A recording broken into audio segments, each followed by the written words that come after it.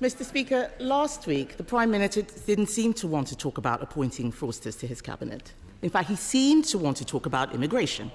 So let's talk about immigration. He has relaunched yet again. Many new targets, 6 milestones, 5 missions. But why was cutting immigration not a priority?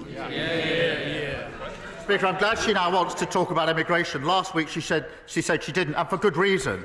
Because the previous government presided over record high levels of immigration. The figures just a few weeks ago, nearly 1 million on net migration. That is unprecedented. A one-nation experiment in open borders under the last government. And she was the champion. She stood up and praised the then Tory Home Secretary for listening to her on removing caps on migration visas. So she was applauding it. Now she's furious about what she was campaigning for. We will drive it down. We will drive down lawful migration. We'll drive down illegal migration. Mr. Speaker, he talks about open borders. He was the one campaigning for free movement. I was in this House asking for a lift on skilled migration. He was there supporting all of the people who should not have been in this country. He wanted us to relax immigration. But as he's so keen to talk about the past, let's look at his record. 4 years ago, the Prime Minister signed a letter demanding that foreign criminals be allowed to stay in Britain.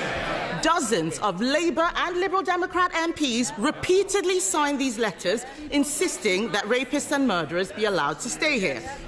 One of those criminals, Ernesto Elliott, had 17 convictions, including for knife crime. After his deportation was blocked, Elliott went on to murder someone. He was able to stay here and murder because people like this man campaigned against deporting criminals. Will he apologise for signing these letters?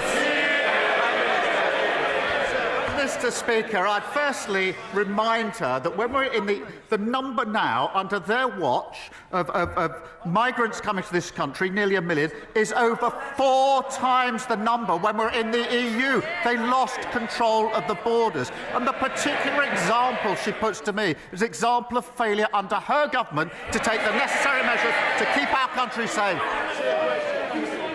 Kemi Badenoch. Mr. Speaker, this is a ludicrous assertion. He is the one who was repeatedly signing letters. He even asked us to pause all deportations. He doesn't want to talk about his past, Mr. Speaker, but that letter is just the tip of the iceberg. There is more. The Prime Minister actually complained that the immigration system was working to deter migrants rather than provide support. He said, and I quote, that he was proud to have served as Jeremy's shadow immigration minister. He boasted that he took the last Labour government to court for cutting benefits for asylum seekers. He said he would never set a target-based approach to immigration. He wants to talk about immigration. Let's talk about his record. We can talk about it all day. I have committed... Mr. Speaker, the Prime Minister says he wants to talk about immigration. I have committed to a cap on migration. Why won't he?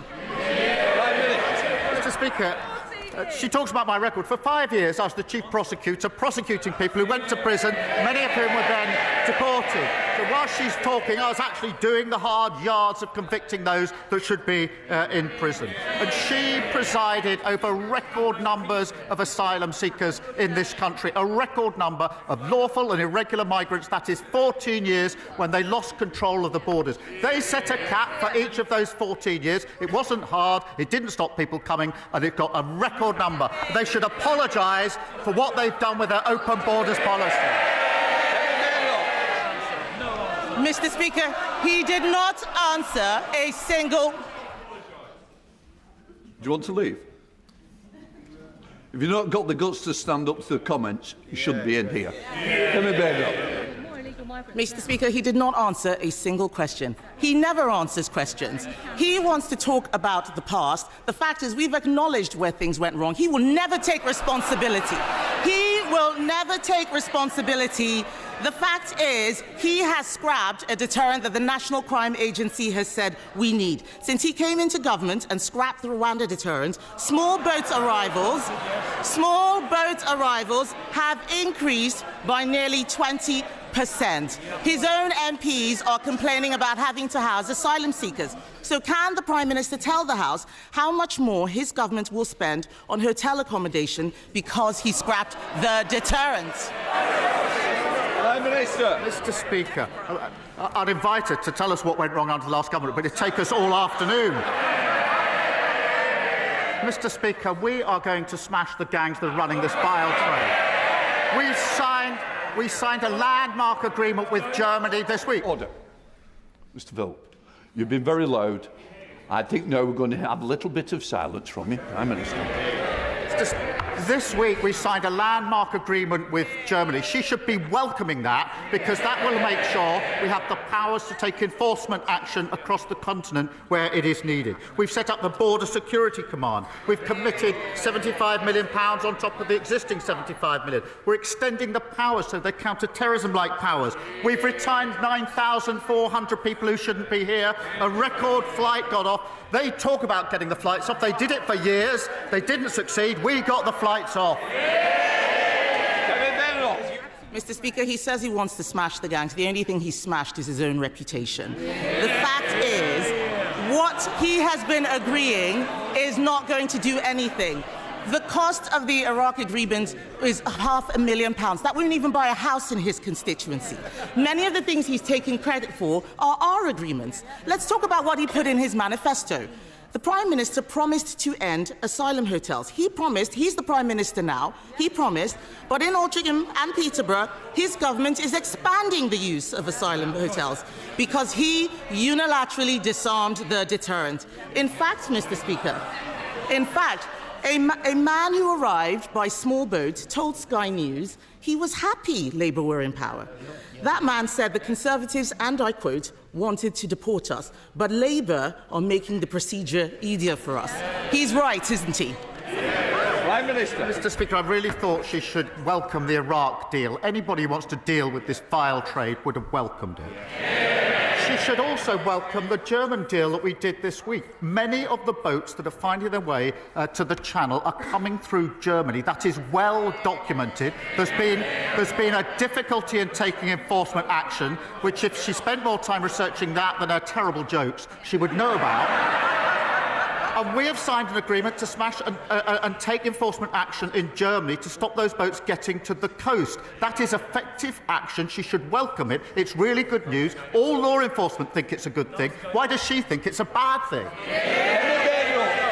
Because the numbers are going up, Mr. Speaker, under his watch. The Prime Minister has consistently backed criminals over law-abiding British people. He defended terrorists like Hizb ut-Tahrir in the European Court. He argued all immigration law had a racist undercurrent. He voted against life sentences for people smugglers. He voted against more than 100 measures to control migration. He even said it was wrong. He even said, Mr. Speaker, that it was wrong when the Conservatives took away Shamima Begum's citizenship. Now he has appointed her defence lawyer as his Attorney General.